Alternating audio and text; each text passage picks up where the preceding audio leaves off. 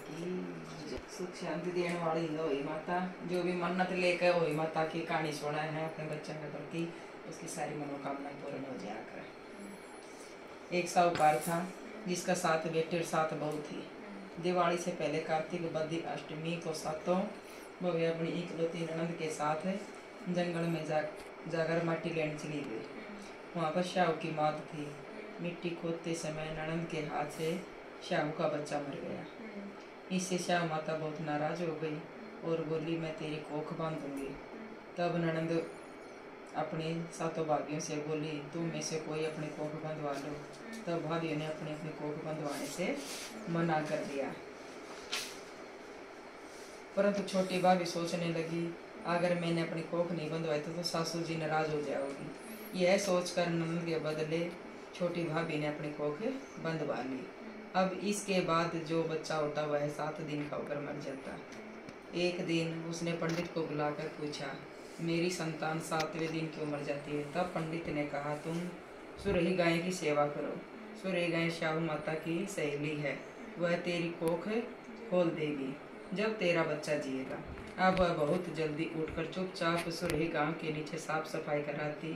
गाय एक पैर से लंगड़ी थी। गौ माता बोली, हर रोज उठकर कौन मेरी सेवा करा, सो आज मैं उसे देखूंगी। गौ माता खूब सवेरे उठी। क्या देखती है कि साहूकार के बेटे की बहू इसके नीचे सफाई कर रही है। गौ माता उसे बोली, क्या मांगती है? साहूकार की बहू बोली, शाहू माता तुम्हारी सहेली है और उसने मेरी कोख बांध रखी है, सो मेरी कोख खुलवा दो। गौ माता ने कहा, अच्छा।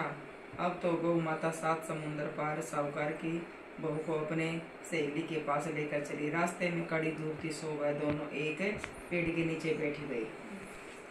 थोड़ी देर में एक सांप आया। उसी पेड़ पर गरुड़ पंखनी का एक बच्चा था। सांप उसको डसने लगा।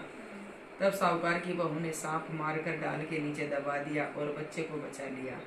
थोड़ी देर में गरुड़ पंखनी आई तो वहाँ खून देखकर साहूकार की बहू को चोंच मारने लगी। तब साहूकार की बहू बोली, मैंने तो बच्चे को नहीं मारा, बल्कि सांप तेरे बच्चे के करीब आया था, मैंने तो उसके प्राण बचाए हैं।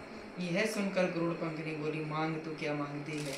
वह बोली, 7 समुंदर पार शाहू माता रहती है, हमें तो उसके पास पहुंचा दे। तब गरुड़ पंखनी ने दोनों को अपनी पीठ पर बैठाकर शाहू माता के पास पहुंचा दिया।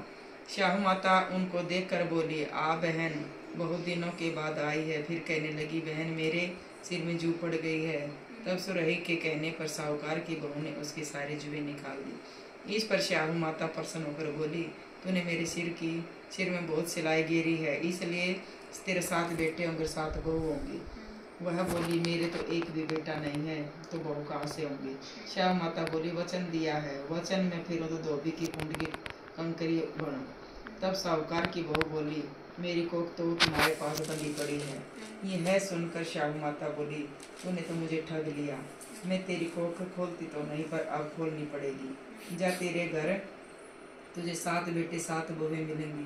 तू जाकर उजमन करिए, 7 ओई बनाकर 7 कढ़ाई करिए। बाद में डाल दूंगी। वह लौटकर घर आई तो वहाँ देखा कि 7 बेटे 7 बहुएं बैठे हैं। वह खुश हो गई। उसने 7 हुई बनाई, 7 उजमन किए, 7 कढ़ाई करी।